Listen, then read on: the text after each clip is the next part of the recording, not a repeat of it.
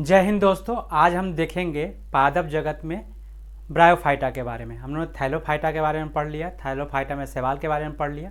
अब हम देखेंगे ब्रायोफाइटा के बारे में। आपको बताया गया था कि पादप जगत को 3 भागों में बांटा गया है, थैलोफाइटा, ब्रायोफाइटा, ट्रेकियोफाइटा। तो हम अभी देखेंगे ब्रायोफाइटा के बारे में। तो जो ब्रायोफाइटा है इसमें क्या होता है, भ्रूण बनने वाले पौधे का सबसे साधारण और प्राथमिक समूह है। क्या है ब्रायोफाइटा? क्या है? भ्रूण बनाने वाले पौधे का सबसे साधारण और क्या है, प्राथमिक समूह है। अब बोलेंगे ये भ्रूण क्या होता है? तो भ्रूण होता है जो बच्चा जन्म नहीं हुआ है, जो अभी गर्भ में ही है, तो उसको भ्रूण बोला जाता है। तो ये भ्रूण बनाने वाला पौधा है, साधारण और क्या है, प्राथमिक समूह का है। इसमें संवहन उत्तक नहीं होता, ये बता दी चुके थे। थैलोफाइटा में भी क्या होता है, संवहन उत्तक नहीं होते हैं, और ब्रायोफाइटा में भी संवहन उत्तक नहीं होते हैं। यह स्थलीय होने के साथ साथ, स्थलीय मतलब जमीन पे उगने के साथ साथ ये कहाँ उगता है, छायादार जगहों पे उगता है, नम स्थानों पे उगता है। छायादार एवं नम स्थानों पर क्या ये उगते हैं, ठीक है। इसी कारण इस पौधे को क्या कहा जाता है, उभयचर भी कहा जाता है, यानी एम्फीबिया भी कहा जाता है। इस तरह के पौधे पर्याप्त आर्द्रता की आवश्यकता होती है। इस तरह के जो पौधे उगते हैं उसे उगने के लिए आर्द्रता की जरूरत होती है, यानी नमी की जरूरत होती है पूरे जीवन काल तक। ब्रायोफाइटा पादप जगत का क्या कहा जाता है, एम्फीबियन कहा जाता है। क्या कहा जाता है, एम्फीबियन। एम्फीबियन यानी उभयचर कहा जाता है। किसका? पादप जगत का ब्रायोफाइटा क्या कहा जाता है, एम्फीबिया कहा जाता है। ये स्वपोषी होते हैं। अगर ये क्या होता है, स्वपोषी होता है, खुद का पोषण करता है, सूर्य के प्रकाश से प्रकाश संश्लेषण करके ये क्या करता है, स्वयं को पोषण करता है। इसका यह कैसा होता है, ये छोटे थैलानुमा आकार का होता है। कैसा होता है, छोटे थैलानुमा आकार का होता है ये। इनमें तने पत्तियां की तरह रचनाएं मिलती है। इसमें क्या मिलती है, पत्तियां और तने की तरह रचनाएं मिलती हैं, मगर ये होती नहीं है, सिर्फ रचनाएं दिखती है उसमें। और इसमें क्या नहीं होता, इसमें जड़ तो उपस्थित होता ही नहीं है। इसमें रचनाएं दिखते हैं तने और पत्तियों की तरह, और इसमें जड़ उपस्थित होता ही नहीं है, इसमें जड़ नहीं होता है। और इसका सबसे बड़ा जो ब्रायोफाइटा का सबसे बड़ा जो पौधा है वो क्या है, डॉसोनिया है। क्या है, डॉसोनिया। ब्रायोफाइटा का सबसे बड़ा पौधा कौन है, डाइसोनिया। ब्रायोफाइटा का सबसे बड़ा पौधा कौन है, डाइसोनिया है, ठीक है। अब हम देख लेंगे ब्रायोफाइटा के आर्थिक महत्व के बारे में, उसका हमारे जीवन में उसका क्या महत्व है और उसको आर्थिक रूप से किस तरह उपयोग किया जाता है, उसके बारे में देख लेते हैं।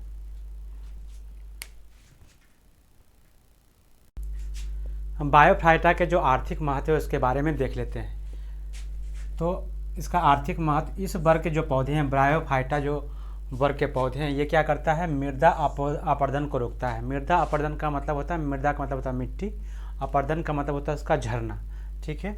तो जिससे पानी उनी बरसात उसात के दिन में क्या होता है कि मिट्टियाँ बह के चली जाती है, झर के चली जाती है, तो इसी को अपर्दन बोलते हैं। यानी मिट्टी का ढहना क्या होता है, पानी के कारण अपर्दन उसको बोला जाता है। तो मृदा अपर्दन को क्या करता है, ये रोकता है। जहाँ पे ये उग जाता है पूरा मिट्टी को जकड़ लेता है, जिससे मृदा अपर्दन रुक जाता है। इसमें जल सोखने की का बहुत ही पर्याप्त क्षमता होती है। इसमें क्या होती है, जल, ये क्या करता है, अगर छोटा सा है तो बहुत सारा लीटर ये जल सोख लेता है। तो सोचो अगर ढेर सारा हो तो कितना जल ये सोख लेगा। तो इसमें जल सोखने की पर्याप्त क्षमता होती है, जिसके कारण क्या होता है, बाढ़ आने से क्या करता है, उसको रोक पाता है, ठीक है। यानी जो बाढ़ आने की संभावना रहती है, बाढ़ होने की यानी फ्लड होने की संभावना रहती है, उसको ये रोक पाता है। एक होता है स्पैग्नम, जो ब्रायोफाइटा है, स्पैग्नम ब्रायोफाइटा है। तो स्पैग्नम ब्रायोफाइटा है जी, जो क्या होता है, एक्जिमा जनजाति जो होती है, इसके चिराग के बत्ती के रूप में यूज करती है। जो चिराग जिसमें आग लगा के जलाते हैं रातों में उजाला के लिए, तो उसमें इसका क्या किया जाता है, स्पैग्नम का यूज किया जाता है बत्ती बनाने के लिए, ठीक है। और स्पैग्नम को ही क्या कहा जाता है, ईंधन के रूप में इसका प्रयोग किया जाता है। जो ये चिराग जलता है, जो इसमें बत्ती जलती है, स्पैग्नम ही जलता है। तो स्पैग्नम को क्या कहा जाता है, स्पैग्नम ईंधन के रूप में भी प्रयोग होता है। और जब द्वितीय विश्व युद्ध के समय क्या हुआ था कि रुई की कमी हो गई थी, जहाँ पे बैटल फील्ड पे, जहाँ युद्ध का मैदान पे, वहाँ पे रुई की कमी हो गई थी, तो इसी का उपयोग किया गया था। किसका, स्पैग्नम का यूज़ किया गया था। एक होता है मॉस का प्रयोग होता है एंटीसेप्टिक के रूप में। जैसे कोई एंटीसेप्टिक क्रीम वगैरह जो रहता है, अगर जल गया तो वहाँ लगा लेते हैं, तो उस तरह का एंटीसेप्टिक के रूप में इसका प्रयोग किया जाता है मॉस का।